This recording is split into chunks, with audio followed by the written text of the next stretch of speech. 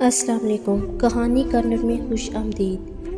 پیارے ویورز، آج پھر آپ کے لیے کسی کی زندگی پر بیتی ایک سچی کہانی لے کر حاضر ہوئی ہوں۔ چلیں اپنی کہانی شروع کرتے ہیں۔ ان دنوں ہم پنڈی اور چچا جان کشمیر میں رہا کرتے تھے۔ جب وہ اپنی دکان کا سامان لینے آتے تو ہمارے گھر ٹھہرتے تھے۔ اس بار وہ اپنی اکلوتی بیٹی فریدہ کے ساتھ آئے جو میری ہم عمر تھی۔ مجھے اس کے آنے کی بہت خوشی ہوئی۔ یہ صبح کا وقت تھا، میرا بھائی جمیل سو رہا تھا۔ میں دوڑی ہوئی اس کے کمرے میں گئی اور جگا کر بتایا کہ مہمان آئے ہیں، مگر وہ ایک لمبی ہوں کر کے پھر سو گیا۔ سب ہی چچا جان سے ملے تب انہوں نے پوچھا کہ جمیل کہاں ہے، کیا اسکول چلا گیا ہے؟ میں پھر بھائی کے کمرے کی طرف دوڑی اور اسے جھنجھوڑ کر کہا، اٹھو، چچا تم سے ملنے ادھر ہی آ رہے ہیں۔ تب وہ اٹھ کر جلدی سے غسل خانے میں گھس گیا، ہاتھ منہ دھو کر باہر آیا اور چچا اور فریدہ کو سلام کیا۔ امی نے کہا، جمیل جلدی سے تیار ہو کر اسکول جاؤ، تم لیٹ ہو رہے ہو۔ میں نے دیوار پر لگی گھڑی کی طرف اشارہ کیا۔ دیر نہیں ہو رہی، دیر ہو چکی ہے۔ دیر تو واقعی ہو چکی ہے، یوں اسے چھٹی کا بہانہ مل گیا۔ ابا جان علی صبح ڈیوٹی پر چلے جاتے تھے۔ ان کی غیر موجودگی نے بھائی کو لاپرواہ بنا دیا اور وہ دیر سے اٹھنے کا عادی ہو گیا۔ امی کی ڈانٹ ٹپٹ کا تو وہ اثر ہی نہ لیتا۔ میں اور امی کچھ دیر چچا اور فریدہ کے پاس بیٹھے باتیں کرتے رہے، پھر ناشتے کی تیاری میں مصروف ہو گئے۔ ناشتے کے بعد چچا بازار اور فریدہ میرے کمرے میں آرام کرنے چلی گئی۔ تب ہی جمیل بھی کمرے میں آ گیا اور دونوں باتیں کرنے لگے۔ جب میں ادھر سے گزری تو کانوں میں ان کی آواز پڑی۔ فریدہ کہہ رہی تھی، جمیل تم سب سے زیادہ کس سے پیار کرتے ہو؟ امی سے، اس کے بعد سب گھر والوں سے، اس کے علاوہ بھی تو بتاؤ۔ دونوں ہی میٹرک کے طالب علم تھے، کم سن تھے، ان کی باتوں بھی کم سنوں جیسی ہی تھیں۔ کیا میں تم کو اچھی نہیں لگتی؟ ہاں لگتی ہو، مگر میں تم سے پیار تو نہیں کرتا۔ میری معصوم کزن بجھ گئی۔ تمہیں یاد ہے وہ دن جب تم میرے بھائی کی شادی میں آئے تھے؟ جب سے ہر وقت تمہاری یاد میرے دل میں رہتی ہے۔ صبا سے ملنا تو ایک بہانہ تھا، دراصل میں تم سے ملنے آئی ہوں۔ فریدہ کی باتیں سن کر حیران رہ گئی کہ وہ کتنی جرأت سے یہ سب میرے بھائی سے کہہ رہی تھی، حالانکہ لڑکیاں ایسی باتیں برملا لڑکوں سے نہیں کہہ پاتی۔ کئی بار میں نے خاموشی کی زبان میں تم سے اظہار کرنا چاہا، مگر تم نے میری بات کو سمجھا ہی نہیں۔ فریدہ نے کہا، چلو اچھا ہوا تم نے مجھے آج بتا دیا کہ تم میری خاطر آئی ہو، ورنہ اماں میری بات کسی اور سے طے کر لیتی تو مشکل ہو جاتی۔ تب تم کیا کرتی؟ میں تمام عمر روتی رہ جاتی، اور کیا کرتی؟ ان دونوں کی باتیں سن کر مجھے ہنسی آ گئی۔ تب ہی میں نے جان بوجھ کر کھٹکا کیا کہ دونوں خاموش ہو گئے۔ چچا جان نے آج ہی واپس جانے کا بتایا تھا۔ یہ سن کر فریدہ کا منہ اتر گیا۔ وہ کچھ دن ہمارے یہاں رکنا چاہتی تھی، مگر اسکول بھی جانا تھا۔ یہ اس کی ماں کی تاکید تھی کہ وہاں جا کر رک نہ جانا، اسکول سے ناغے نہیں کرنے، امتحان نزدیک ہے۔ شام میں والد صاحب آ گئے، ان سے مل کر چچا جانے لگے۔ میں نے دیکھا کہ فریدہ کی آنکھوں میں نمی تھی اور جمیل بھی اداس ہو گیا تھا۔ فریدہ نے اس کے دل میں اپنی محبت جگا دی تھی۔ اب جب بھی میں فریدہ کی باتیں اپنی بہن سے کرتی، جمیل دلچسپی سے اس کا ذکر سنتا۔ میں اس کی دلی کیفیت سمجھ چکی تھی۔ ایک دن اسے سمجھایا کہ دیکھو جمیل، تم وقت پر اسکول جایا کرو، جب تک میٹرک نہیں کرو گے چھوٹی موٹی نوکری بھی نہیں ملے گی۔ چچا تب تم کو بیٹی کا رشتہ بھی نہیں دیں گے، تمہارا تعلیم حاصل کرنا بہت ضروری ہے۔ میری باتوں کا اثر ہوا اور جمیل وقت پر اسکول جانے لگا۔ اب وہ دل لگا کر پڑھنے لگا تھا۔ جب پڑھ رہا تھا کبھی کبھی کھو سا جاتا، جیسے فریدہ کا چہرہ اس کی نظروں کے سامنے آ گیا ہو۔ موقع ملتا تو مجھ سے اس کے بارے میں باتیں کرنے لگتا، بار بار یاد دلاتی، آگے امتحان آنے والے ہیں، توجہ سے پڑھائی کرنا، ورنہ فیل ہو جاؤ گے۔ سالانہ پیپر شروع ہو گئے، مگر اس کا ذہن کسی اور طرف رہنے لگا تھا۔ سبق یاد کرتا اور بھول جاتا۔ پرچے ختم ہو گئے، رزلٹ آ گیا۔ ہم سب پاس ہو گئے، مگر جمیل فیل ہو گیا۔ اس کو ابا سے خوب ڈانٹ پڑی۔ وہ خفا تھے کہ یہ نالائق میٹرک میں دوبارہ فیل ہو گیا ہے۔ ایک دن گاؤں سے پیغام آیا کہ چچا کی طبیعت ٹھیک نہیں ہے۔ ہم سب ان کی عیادت کو گئے۔ وہ کافی کمزور لگ رہے تھے، دل کا اٹیک ہوا تھا اور ڈاکٹر نے آرام کا مشورہ دیا تھا۔ تھوڑی دیر ان کے پاس بیٹھ کر میں چچی کے پاس کچن میں چلی گئی تو جمیل اور فریدہ باتیں کرنے لگے۔ میرے کان ادھر ہی تھے۔ فریدہ کیسی ہو؟ جمیل نے پوچھا۔ میں ٹھیک ہوں، تم کیسی ہو؟ میں ٹھیک نہیں ہوں۔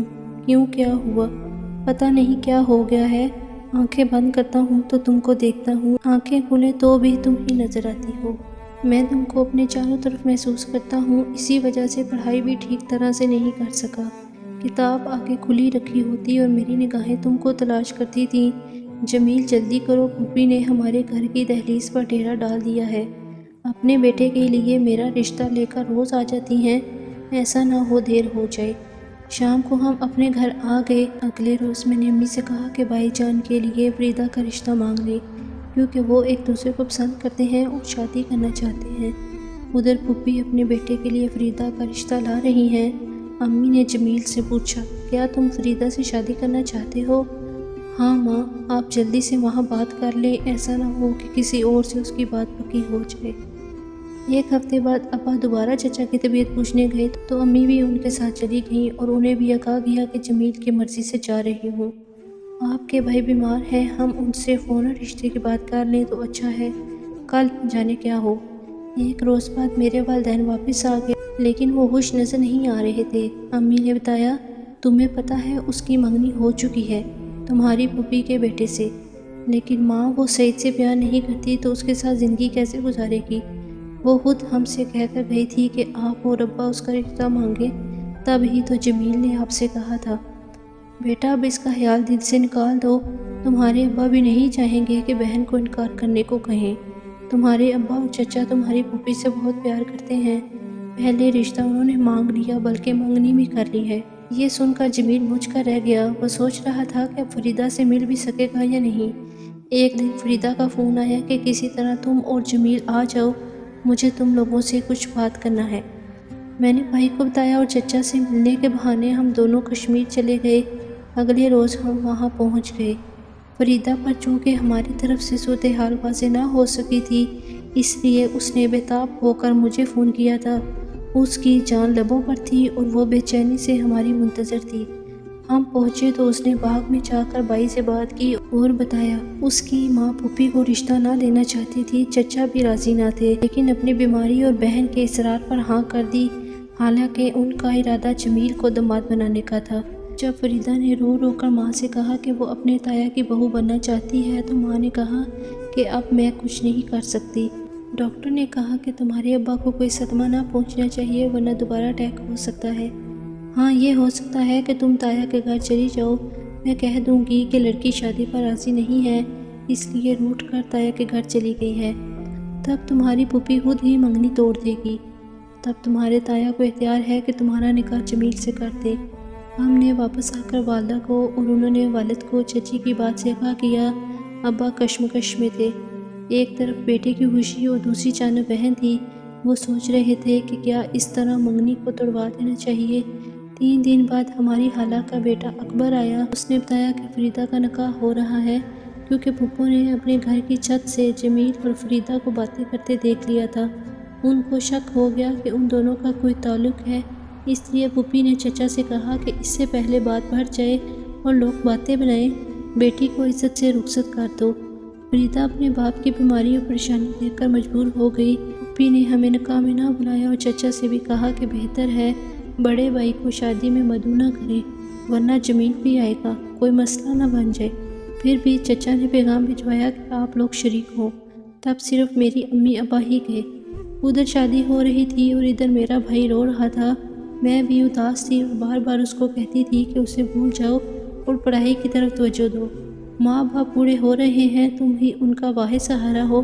اس نے میرے اصرار پر پڑھائی کی طرف دھیان دیا اور اس بار اچھے نمبروں سے میٹرک پاس کر کے کالج میں داخلہ لے لیا، پھر FSC کے بعد فوج میں بھرتی ہو گیا۔